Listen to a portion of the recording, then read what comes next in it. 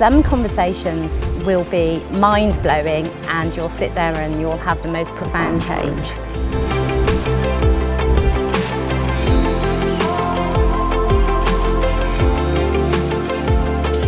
Welcome to 52 Conversations, Nancy, and thank you for joining me. It's been a bloody long time. Thank you for having me, Janice. It has been a bloody long time. It has. We keep needing to do something about that, and then the world keeps intervening. I know. In different ways. So, for people that don't know you, who are you, and what is it that you do? Well, I am Tilton Hand, and I help lonely people build lasting friendships. And that is the latest iteration of a lifetime of working in contract law and mediation and networking training. So I've been doing that since 2000. Right. Dating myself. And about 2.5, 3 years ago, I got a little like celestial tap, tap, tap on my shoulder to just look into friendship. And I'm like, not who cares, but I have friends, it wasn't something that was plaguing me. And also I didn't think anyone would really care because friendship has been the bastard love child for so long. It takes a backseat to romance and to your business contacts and to family, and like what goes first, it's the friend. And so I started doing some research. Finally, I actually blew that off for about 1.5 years, and I was like, forget about it. But it's like, talk about friendship. It kept coming back more and more urgent. And so I was like, fine. So I started looking into it, and the statistics are alarming. And it took me aback, and I had to sit and process things for a little while. But there are a lot of studies on the benefits of friendships and meaningful community. In the blue zones where people live to be over 100. You just took that from my head, because the first thing that came up was, the blue zones, right? Yeah. Well, 2 of the 5 big criteria are like, eating seaweed and whatever, but then it's community and friendships. I'm like, okay, so that is a big deal. That's 2 of 5 metrics. And longevity and health and happiness and wealth and your network and all of that we know, and it's been studied extensively. But what hadn't been really covered as much was the effects of, or like the numbers of close friendships we actually have. And I found 2 good studies. One was done on a smaller group, but it was a coherent, and they followed the group from 1985 to 2004. And that group went from 3 confidants, 3 people you can call when you need somebody to pick you up after a bad date, or you call when you win the lottery, from 3 to 2. And then a more recent study done in the 2000s, I think it was Cigna, it was one of the big insurers here. Yeah. And it was a larger sample group, and they found that it dropped from 3 to 1. Wow. And my thought was, all right, it took about a few days of this perking in my brain, like, where's my metaphor for this? And the thing is, with friends, you can't go make friends for someone else. It is a very personal thing. Like, you can't go make friends for me, and I can't go make your friends. You have to do that thing. And the metaphor that came to me was this, like, teeth.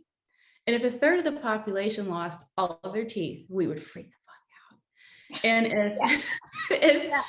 if everyone lost 1/3 of their teeth, we would freak the fuck out. So because you can see it and you can feel it and it's tangible and it's like, oh my God. So what I started looking at was, okay, so this is dropped. We have to see this somewhere. Where is this showing up for us? Because you don't just lose 1/3 to 2/3 of your confidants. This is outside of family. And a lot of people don't even have a confidant outside of family at all. Like something like almost 1/4 of the population reports not having a confidant. Nobody to call when they win the lottery. Nobody to help them hide the body. You see, in England, my version of that, it's who am I going to call when I say, I've got a dead body? And they're not going to ask any questions, right? They're just going to say, okay. Yeah. And so what has gone up in that same amount of time are all the things you would expect. Loneliness, opioid use, hate crimes, hate groups.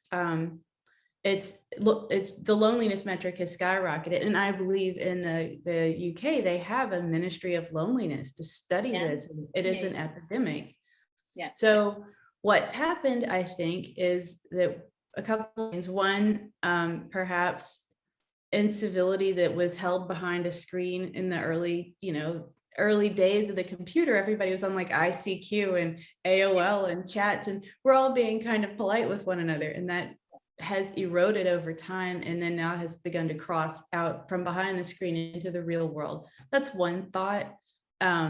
My thought, as far as why things have gotten kind of so harsh, but also, I don't know if you've seen these. I'll go down a rabbit hole on YouTube of like these old like 1950s, like what are emotions? And it's, Martha, what are emotions? Yeah. But they have these black and white little vignettes, and it's 5 minutes or 10 minutes, and it's like Debbie's throwing a party, and it's like a little show, and you see the girls playing the party, and who are we going to invite?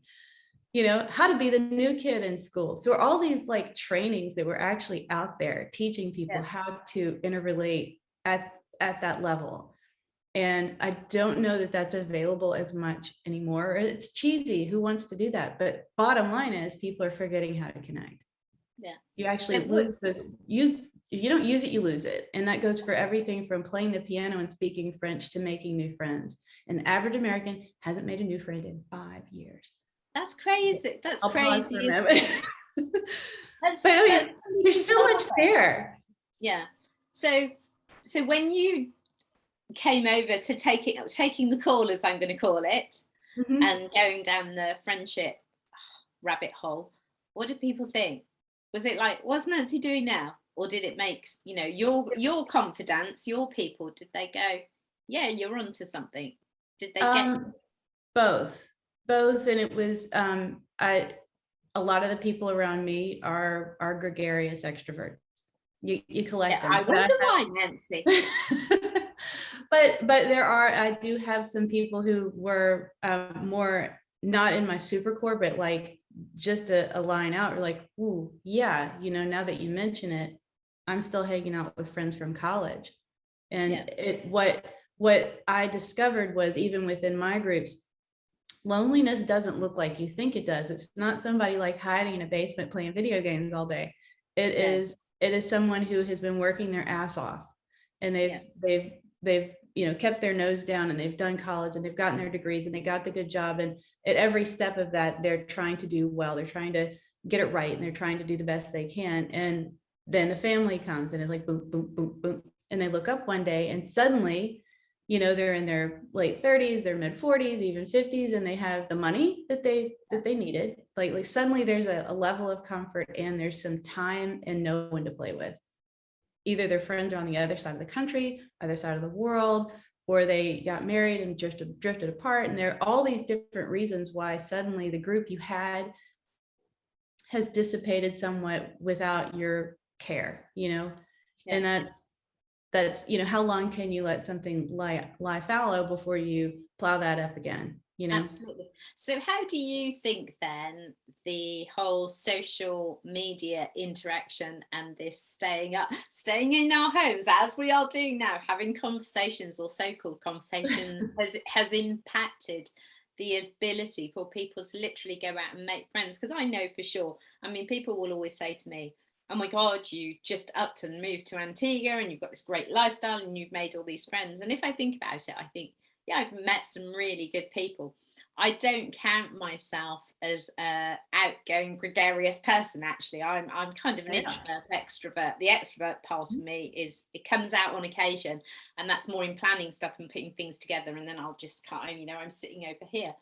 But if I think about it, if you said to me, actually, you need to actively go and make a friend, I'd go, no, I don't, because I'm quite happy with my own space. So is that something that you see reflected across different people in different ways? I'm going to unbundle those one bit at a time, because the first bit is, are we making friends virtually? And I would say a resounding yes. And I think for introverts especially, it has been a godsend. Yeah, I've heard that over and over and over again. Like, we're not really ready for things to open up again. This works for me. Yeah. I don't think about that there. And if it does for you, you're absolutely not alone. And it's one of those things, like, once you get comfortable with it, and it it works for you, it is something you might want to keep doing. I have met a lot of people these past, I guess 2 years. God, we're creeping up on 2 years now. 2 years, yeah. Yay. And what is interesting to me is we have also been learning together. So I think that having the mutual experience of like figuring out how to change my virtual backgrounds and connect this way has given us a little bit of a camaraderie just in we're doing this together. It's a rapport thing. Yeah. Why would you want to go make real friends? Well, geez, I think one of the metrics is 20% happier. It literally, think about it this way, people work their butts off to make money and they eschew friends in the process, but you go backwards, friends first, then the money, it works more easily and more likely because only like 30% of the jobs that are available are ever posted publicly. For example, 70%, you have to be within that loop. You have to know somebody who knows somebody. And that's a crazy high statistic, right? Yeah, that's LinkedIn too. Yeah, that's mad. So I know. So longevity, you're going to live longer. You have less health problems. Loneliness is they're saying it's just like about 15 cigarettes a day. It has the same effect on your heart because loneliness puts you in a mild, like chronic fight or flight, which and I will load you down with the research, but I'm running from memory and not a whole lot of coffee right now. It's morning my time. Okay. But it creates a protein that leads to hardening of arteries. Okay. So it really does matter to have that contact from time to time. And what's interesting, and what I know, I bake some bread sometimes. Yeah. So I'm going to ask you about that. Don't worry.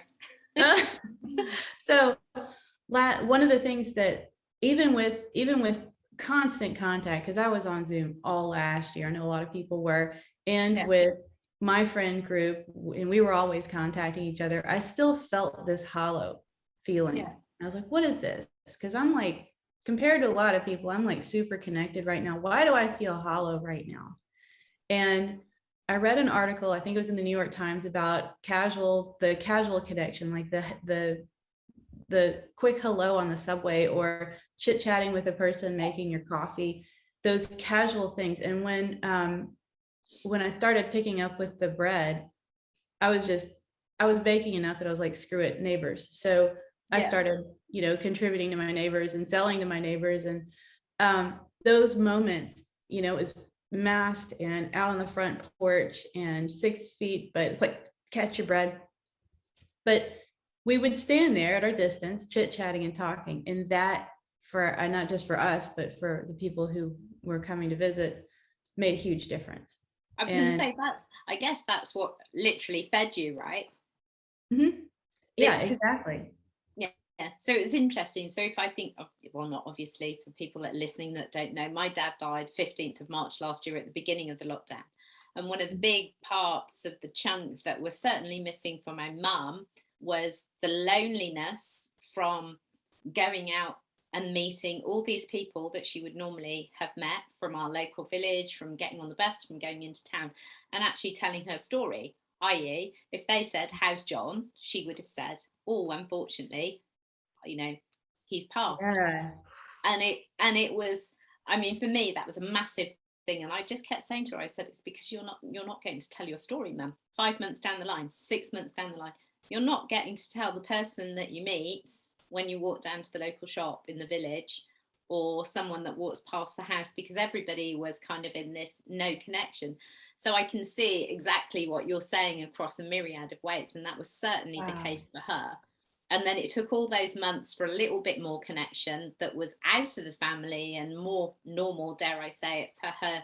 And then she was still shocked at how deep it still felt. And I said, yeah, but you haven't been telling your story, Mum. You literally haven't been seeing people. It's a huge part of processing. Absolutely.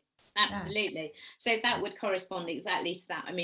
One of my things was, I see exactly what you say when you just meet people and you say hello. So in the times that I traveled, when I went back to Antigua, even though Antigua had a very strict curfew and still has a curfew and ongoing stuff, they have this crazy thing where you walk into the bank there and everybody says good morning, and you don't know them, but everybody says good morning. It's like old school, right? That's awesome. Yeah. And it's actually one of those things where, to start with, when you move there, you think, okay, this is a bit strange.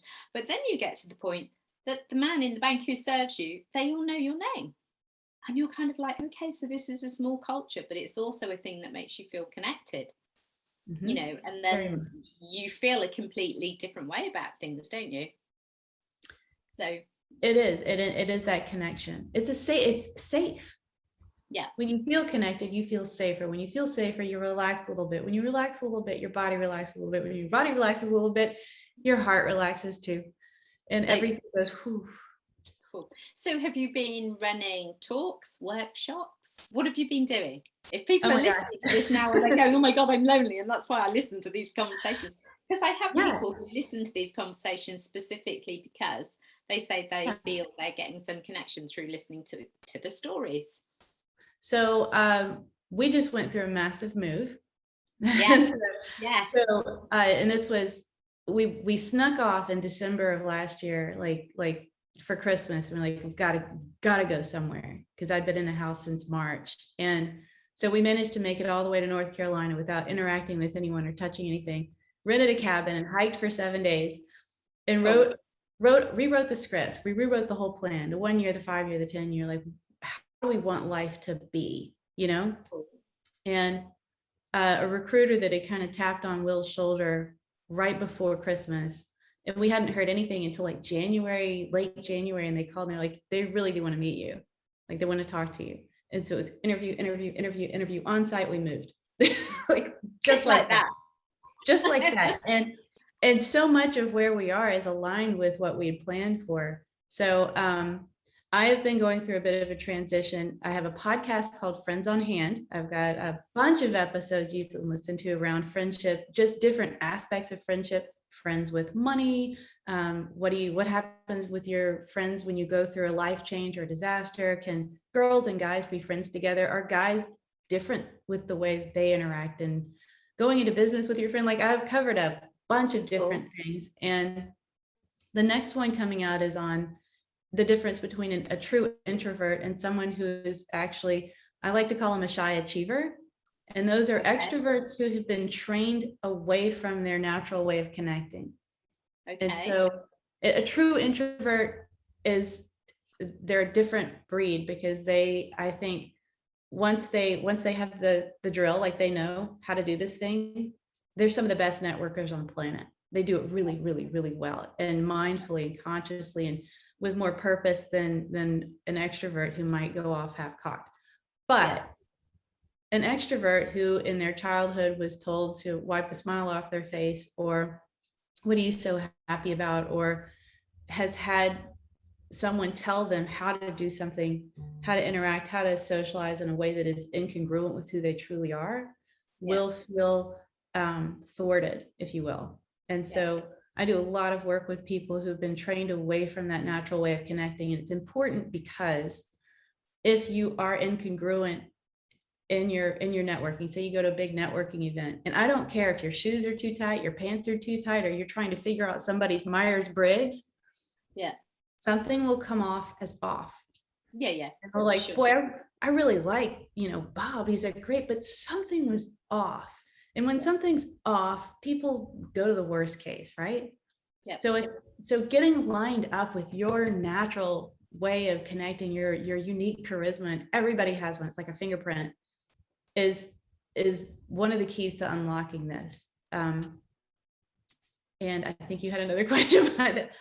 So what I'm doing now with Friends on Hand is I'm taking it into a new streaming service called Lupo Entertainment. And we are going to, it's like Hulu or Roku, basically taking it into a TV format. Cool. And this is the first time I'm actually talking about this. You're sharing it to the world now. So come on. I am. Tell more.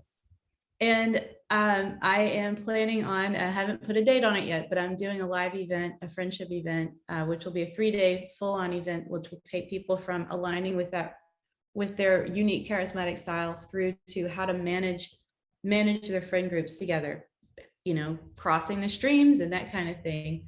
Cool. So that moment So when you take your, So where has so for people that are listening to this that know me but don't know you, where have you got all your insight and your learning about human behavior and everything from? Where's that all come from?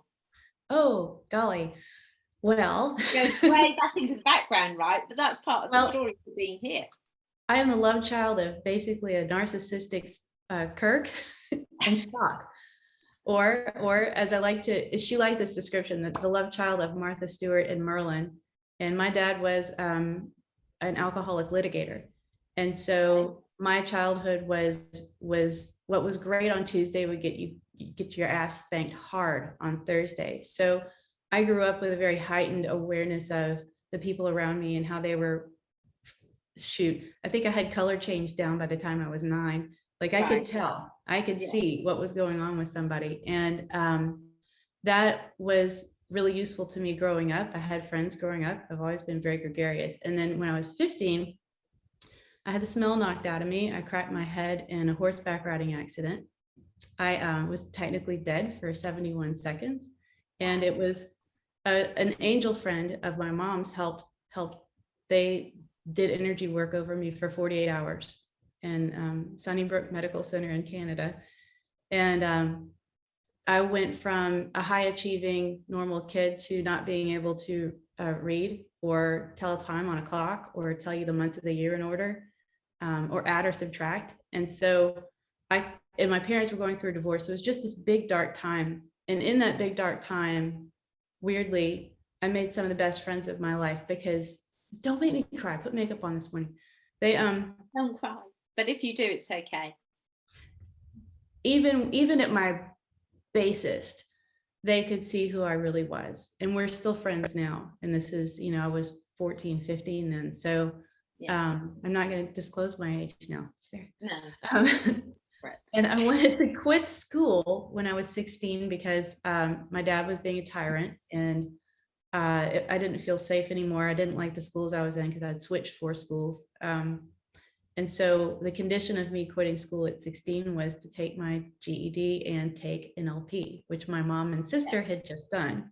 Cool. And so I was a fly on the wall for it was a 21 day, I think it was a full year of NLP, like one full, like 4-day weekend a month.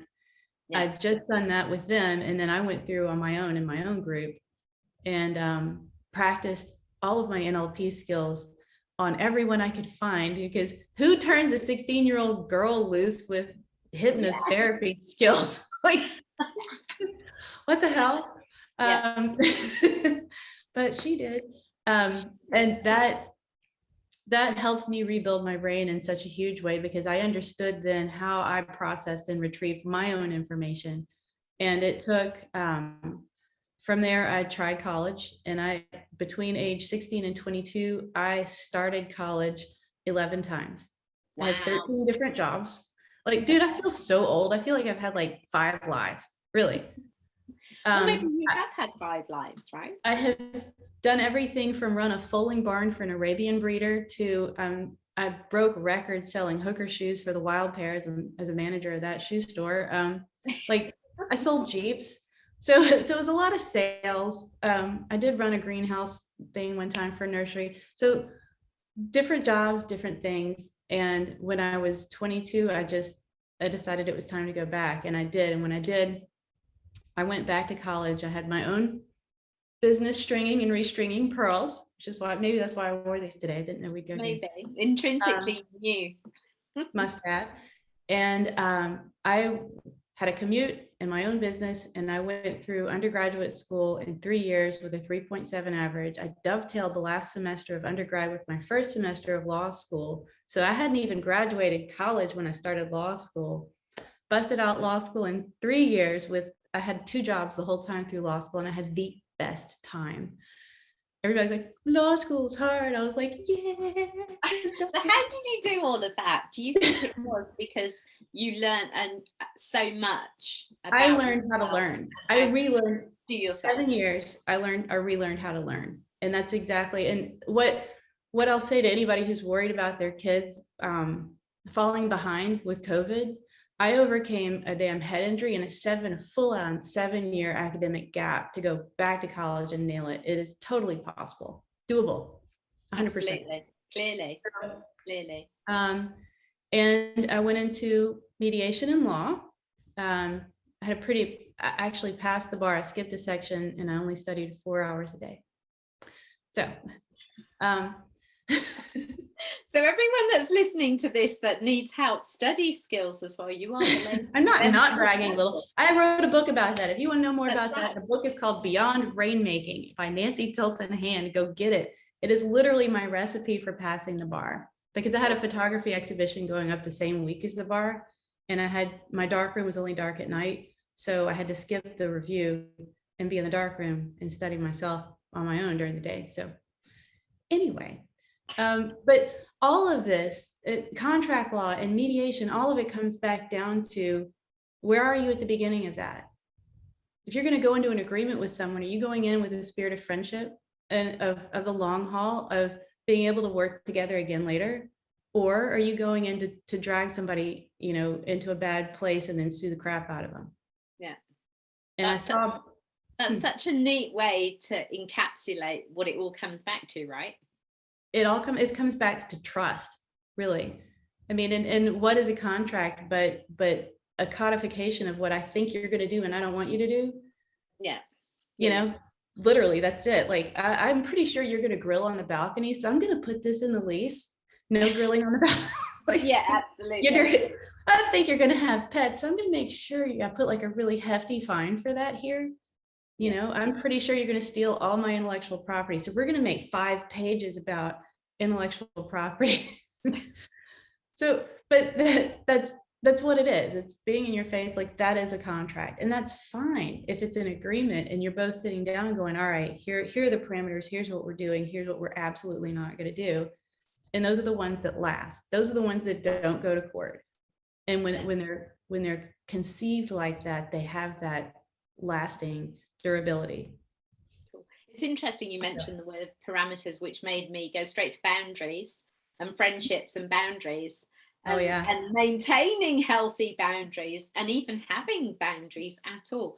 I guess you get a lot of questions around that. Yeah, and I live it too. So I mean, we're definitely not immune. I've seen it, and it is the best thing that I can ever say is make sure that it's from a place of love. And a boundary is not set to punish someone. A boundary is set to honor the relationship and going forward. So if somebody's doing something that will eventually sow resentment, for example, to say, I'm seeing this happening, and right now I'm feeling not so great about this. Can we talk about it and see what the objective is? Because it could be that you and I have different goals here. Like what's the best case scenario for you here? And here's mine. And are these aligning? And if they're not, if I go this direction, you go this direction, we're going to hate each other. And I don't want that, because I love you and I love hanging out with you and you're a great friend. Let's make sure that we stay that way. From here, we have an opportunity to nip this in the bud if I'm feeling weird about it or you're feeling weird about it. And being open. Yeah, that's so weird, because you've taken me straight back to the midst of last year. So it's almost like Nancy Hand is going to do some coaching now. So I'm going to share a little bit of an insight or a story. So one of my friends of 23, 24 years, my dad passed. We were in our lockdown. And then when they decided that we could go, I think we weren't allowed to go more than 10 miles from our home or something for however long. And then when they decided we could, I was going to go to one of my friends who has property in Antigua. I have another friend who lived relatively close, who has known my family. Our daughters have known each other since they were 3 years old. Loads of really wonderful memories. And when I ventured out and I went to this one particular friend's, because I actually took something that I brought back from Antigua from her property for her. And then when I got there, I was completely overwhelmed. So I drove for an hour, and then I was there for an hour, and I was like, man, I just need to go back home. And it was still really weird because there was hardly any cars on the road. And obviously my dad had just died. So, and I'd said to this other friend, I may come and see you for a cup of tea in your garden because you weren't allowed to go into anyone else's houses, blah, blah, blah. And then I just felt overwhelmed. So I came home. Oh my God. And then I got so much grief from this person. Yeah. Seriously. And it's a pattern of behaviour that has happened before. And I did one of the hardest things I've ever done. I just said, you know what? I can't do this, because like this was me venturing out with all these circumstances, and to a degree I felt like I had the lottery ticket, right? Because I'm like, my dad's just fucking died. We're in the middle of a pandemic and a lockdown, and you're going to call bullshit on me because I didn't have the energy to come to your house, but you haven't come to mine. And pretty much a relationship, a friendship dissolved. But what was really interesting was my daughter, who makes me look indirect, basically was like, you will not fucking say sorry, because we've had this bullshit behavior over the years. And I'd never called it out before. And it was this like, it was like, it doesn't matter what you do or say now. I had this fucking horrible lottery ticket. Yeah. And I've said I couldn't come, and I said I was sorry. But it was just like, it was so much about them that there was no sharing. And you must get that all the time. But it's interesting because all of this time has gone on, and I've reached out several times. I reached out at Christmas and I just said, I hope you have a great Christmas. I miss you. Get nothing back. And then I'm like, wow, okay, cool. Yeah, nothing back. And then my daughter has her baby, and our daughters met when they were 3 years old. And there was a little bit of conversation, but it always has to come from me. And I was just like, man, if I learned anything last year, that's not a relationship that's going to work for me. And I closed it with sorrow that I still feel. So I could have a little cry now, but I won't, because I miss what we had. But no, again, but you have to have boundaries.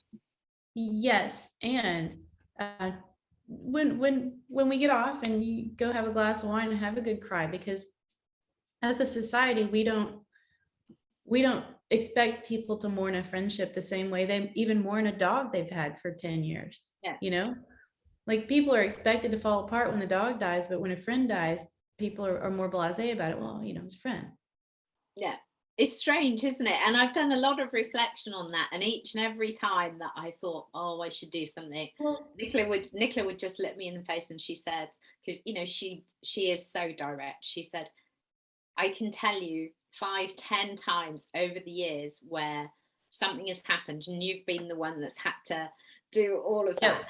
And I'm like, yeah, okay, yeah, I get that. And then there just comes a point where, and I guess maybe that makes me, or makes people that haven't experienced like that, better when they're connecting with new people coming into their lives, because maybe we see something different. Absolutely. yes. And it's a role that you've been playing for her. And what is when I see something like that with the repeated behavior, it's there, she's playing out something on you that's deeper. Yeah, for sure. One, she's playing out something on you that's deeper, and also with the rise of stress comes incivility. So the more stressed out someone is, the less civil they become. It's an easy metric to follow, and incivility is selfish. It's fight or flight. It's draw the bridge up. People are very conscious, and it becomes a me game. And so part of it is realizing that the stress level this past year was through the roof. Absolutely. It still is. And what is more stressful than bad news? Yeah. Not knowing. Really, not knowing is 100 times more stressful than bad news. And that's even been tested. I'm not just pulling that out. Absolutely. So here we've all been in this state of like limbo, like on Mission Impossible when he lands like right next to the floor. That's right, yeah. We've all been right there for a long time. And I think where it's become a chronic stress for a lot of people. And some people are going to settle into bad habits, and some people are going to morph and change with the times. Hopefully we're all going to morph and change with the times. because we're still in the middle of this and we're still changing and morphing. Yeah. And The I think that, other side is yeah, going to be very, very different, but I don't yeah, think we're there yet. And, no, and normal is a long way off. And by normal, I mean consistent anything. absolutely. Consistency. How about consistent life is a ways away still. And this is a great time to look at your better friendships. And so one of the things that I tell people to do, and especially when they're in a process of looking for and making new friends, one of my favorite things to do is to sit down, a cup of coffee and a journal and whatever, and write down in as much detail as you can remember how you met some of the best people in your life. Like, Cool. how did you, like, if you had a friend in grade school and y'all were like peas and carrots and you hung out and you played and played and played, how did you meet that person? How did it go? How did he or she make you feel? What did you feel you gave into that relationship? What did you pour into making that work? And really detail those. And if you have 100, write 100. If you have 5, write 5. And then the Nancy way. And if you want to know more about this, I tap it in. I read it out loud and I tap it in. Cool. And two things will happen. It's just like tapping in your win. If somebody has something great happen, I said, write it down in prose as much as you can, write it as song lyrics. I don't care, but then tap while you read it out loud, because you will feel like you are floating when you're done. But more than that, it tunes you into the right kind of person. And what happens when you really tune into those deep, robust, loving, supportive relationships is that when you look out on the world again, it's a lot easier to spot those people. They may not look like you think they will, but it's really easy to spot the wrong fit. And I love that. I love that. It's almost like saying everybody's going to flash green if they're the right person. And that's when I walk into a conference now, if you give me an airport, it's like people have signs over their heads like, oh, I'll talk to that one. It's easy. And you can absolutely. You are tuned to it, and you can even spot the physiology of the right fit. Yeah. It's fun. It's so interesting, isn't it? Because I mean, our mutual friend, the lovely Karen, we have these conversations, and it's just like this thing when we all met in Orlando, and I can remember you had a sign over your head. Apparently, there was a sign over my head. Yeah. And it was just like, wow, yeah, these are my people. And this thing that equally, and I am very, and I've always been very aware of this, my energy is either going to go towards you or it's going to go, whoa, back the fuck up. Do you know what I mean? And I do that even more now, I think, than I ever used to. And I don't know if that's age or moves, experience, different cultures, all of those things. And I think if potentially some of the stuff that you're doing could be gifted to the younger generations, oh my 100%. God, man, that's going to help them, right? Well, and that's the one of the big things is that even as early as 2011, they were identifying that some of the kids these days couldn't read nonverbal cues. And just simply the difference between say you're standing in a little group, a bunch of kids in a group, they're teenagers or whatever, and John says something that upsets Becky, and we would see that immediately, right? Yeah.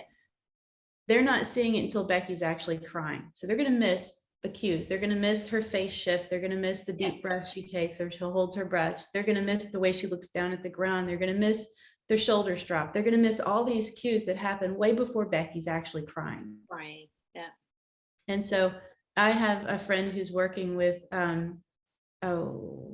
Believe it or not, I Care, which is a thing that they're instituting in some of the high schools here in the US, which is great, teaching kids how to have that awareness in order to curb suicides. Straight up, suicides and school shootings. So, but it is important, because if you miss somebody slowly falling into a funk, you're not going to notice it until they've gone haywire. Absolutely. And it's giving them that learning and understanding at exactly the right age. I've just taken on some work for Rethink Mental Health as an associate trainer, which is going into schools and teaching resilience. Oh, nice. Yeah.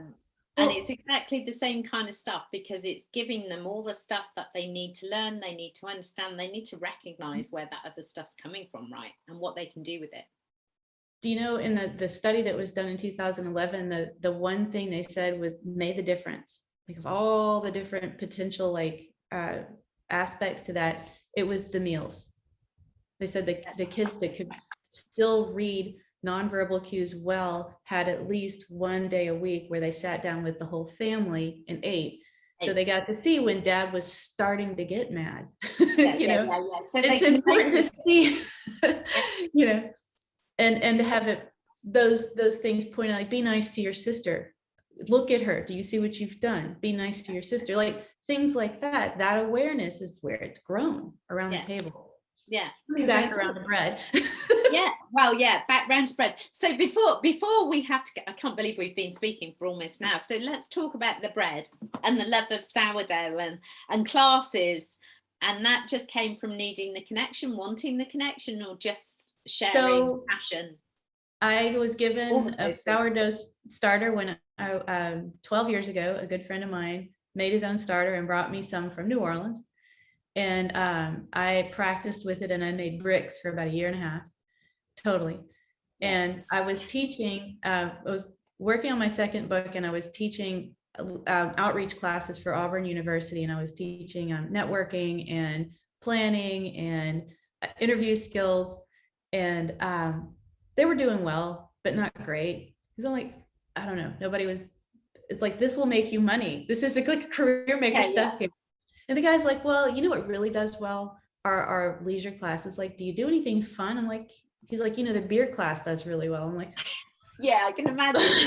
like, well, I make sourdough bread. He's like, great, I'm going to put it on the roster. And he did. I said, he showed me the room. He's like, only 6 people max. He's like, okay. It filled, and it got a backup wait list. And I was like, all right, well, let's just add another section. Filled, got a backup wait list. I was like, okay, so we'll do it again next semester. And so for 3 years, I was doing like bam, bam, bam, bam, these bread making classes, and I got better and better. And the last semester we were there, Will was working on his dissertation, and I'd taken 3 weeks off. I cut my client load. I'm like, 3 weeks, I'm dry docking my business. I'm going to redo the website. I'm going to redo the blog. I'm going to start a podcast. Like, I'm going to do all these things. 3 weeks. And I had somebody call me and say, can I buy some bread for Christmas? I'm like, I don't know. So I went and found out about the Alabama cottage laws where we were then. I had to take a little class and stuff. And they said, we need a name. I'm sitting there. I'm like, it's a Saturday morning. I'm like, a name. Hands off my loaf is all I could come up with. And so you won't want to share. Yeah. And I put it on our neighborhood next door thing. And I said, I'll do some brownies too, maybe some cookies. And I had a few trickle calls in for like a loaf or 2 loaves. And then the 3rd, 4th call was for 40 loaves for corporate gifts. Wow. And then it snowballed. And so over 3 weeks, Will bust, he was cleaning. We had the mixers going. It was like, I think I baked 97 loaves. Wow. There were 3 days I didn't go out of the house, like didn't actually step outside because I was baking so much. But I had been in Auburn for 14 years. And while we had developed a very tight-knit, good core friend group, it was a hard place to build a good group. It was transient. You've got a university there, and professors would come and go, students would come and go. Yeah. And we hadn't had just a really good, stable core group there. And in 3 weeks, we met more of our neighbors than I had met in 14 years. That's crazy, isn't it? And a few of them were really good fits. I was like, and they're like, why are you leaving? I'm like, hey, we gotta go. Time, it's a graduation time. But when we got to Memphis, it was a no-brainer. So moving in, having stepped my game way up. So my loaves are delicious and beautiful. To, the pet sitters, the contractors, the electrician, like the neighbors, it was boom, boom, boom. And suddenly we know our whole block, and we have some really good people working with us to help us restore that house. And the pet sitter kept bugging me, like, can I tell people?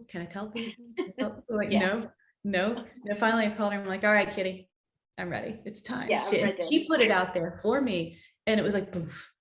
And I had one lady spending like $80 a month for her family on bread. Cool. And it's just me. I'll bake like 8 loaves a weekend. We can only absorb 2 into the house. Thank you. I'm working on this part. Yeah. And the rest I either give away or sell to neighbors. And it has been extraordinary. And it's not just bread. If you do anything else, fly drones or do toy trains or knit, having something that's casual, fun, leisurely, it's not work. It doesn't have that pressure, where you can connect with people. Yeah. I think It's is the one of the most connection, priceless things. yeah. And I guess some real, maybe cathartic feelings coming through all of that as well. I process best when it's for me, you have a whole week full of crayons, just doing, your to-do list is forever long, and you have all these plans, to stop for a minute and do something that doesn't allow you to do anything else. And that's with pearl stringing. When I'm really strung out, That's what you do. I'll string, because you cannot focus on anything but making that little tiny silk knot between the pearls. Yeah. And it would be up there with like water skiing or rock climbing or horseback riding or, welding, anything where you can't take your eyes off what you're doing. You're there, you're 100% invested. And when you have your ego invested doing something else, the rest of your brain goes, so what do we do last week? Okay, let's sort this stuff out. I love you're that. not looking. Yeah, and that's a great analogy. And you're meeting people in a place where they know you don't want anything from them. Yeah. And it's mutual. So you have an opportunity to meet in a place that is really utterly safe. Like, we're all going to get on Zoom and quilt together today. Yeah. Quilt, you talk. Yeah, absolutely. It's about the thing. It's not about work. It's not about world affairs. It's just, we're going to quilt and we're going to talk. I love it. And that is where people can meet in a safe, engaging place. Plus, it makes you multidimensional. If you have hobbies or if you've always wanted to do something, do it. Absolutely. Do it. Absolutely. And COVID did that for a lot of people. Exactly what I was going to say. I think if we've been really smart, we've taken all the learnings from this, and there's some great learnings in there, and it's just to go out and freaking do something with them, right? Instead of just ignoring it, make the changes, do the things that we want to do. And do you know how many people started making sourdough last year? Okay. Here's the, what's your statistics? King Arthur Flour is a big miller here in the States. Best flour. I love it. Or some of the best flour. I don't want to offend anybody, but I love it and use it. And I read an article the other day that they're normal to go to home bakers. It accounts for about 27 million pounds of flour a year. Yeah. And they have cycles. So people bake more at Christmas time and whatever. Last year, in the first 8 months of like true COVID, 47 million pounds. Wow. They had to scramble because they had already kind of accounted off, like with the bags and the suppliers, like, okay, we're dialing back now. And they're like, oh crap. So they had to double back, find new people to make new bags. Like they had to crush it, and they did. But they almost doubled their normal year load in 8 months. That's insane. A lot of bacon, biatch, is a lot of bacon. Absolutely. I wonder how many of those people have carried on or will carry on, because you'd like to think that people will realize the goodness that came from more than just the making of the bread, right? Well, I know we're about to end this, but one of the new things I'm offering for my corporate training is going to be an employee bonding and recognition experience that is baking bread. So a bread baking class, but taught through the lens of friends with bread, because so many of the same tenets apply: planning, knowing what space you have in your life, knowing your style and how you're going to take care of it. And the metaphors are just deep and rich with this. And I think that people wanted to make those connections. And if you can't connect live with real people, connect with a living thing with other people. And so join the group, get your starter, and it is alive. Trust me. Absolutely. Kill it, which a lot of people did. Yeah. I have dabbled in sourdough, and you're definitely right. It's definitely alive, and you know when it's alive, and you know when you've killed it. Well, and the other thing is, much like we have been trained to believe that the bread from stores is good and nourishing, and sometimes it is, but a lot of times it's full of crap and conditioners and whatever. the real thing is a lot more nourishing. It has more protein in it. It unlocks the secrets of the wheat. You actually get goodie out of it. It's easier on your stomach. There's so much better about the real thing. And with friendship, it is the same. We have been trained to believe that a lot of the relationships we have are true friendships when they're not. They're hollow. When you line up with it, it is a lot more nourishing. It is life-giving. It is breaking bread with your friends. So that's just a beautiful way. If we've got to end, that's a beautiful way to end our conversation. So I want to thank you for spending the time to share with us. And I'm going to ask this. Yeah, I'm going to ask you to send a whole bunch of links. And I'm already thinking maybe one of the 52 conversations can be a special bread making thing somehow. We can setting up a kitchen studio. We're testing it out right now. When I get the audio right, which is the tricksy one right now, we keep getting this feedback loop that is harsh. But we have set up the cameras, lights, cameras, action in new kitchen studio, Cincinnati kitchen studio. I'm loving it. But yeah. we've got a date for the future then. Yes, ma'am. 100%. And I do want to come to your beach. Absolutely. Well, you need to come soon, right? We need to sort it. We definitely need to sort it. It's been lovely. Thank you so much. Thank you, Janice. Have a good rest of the day. Love you. Bye-bye.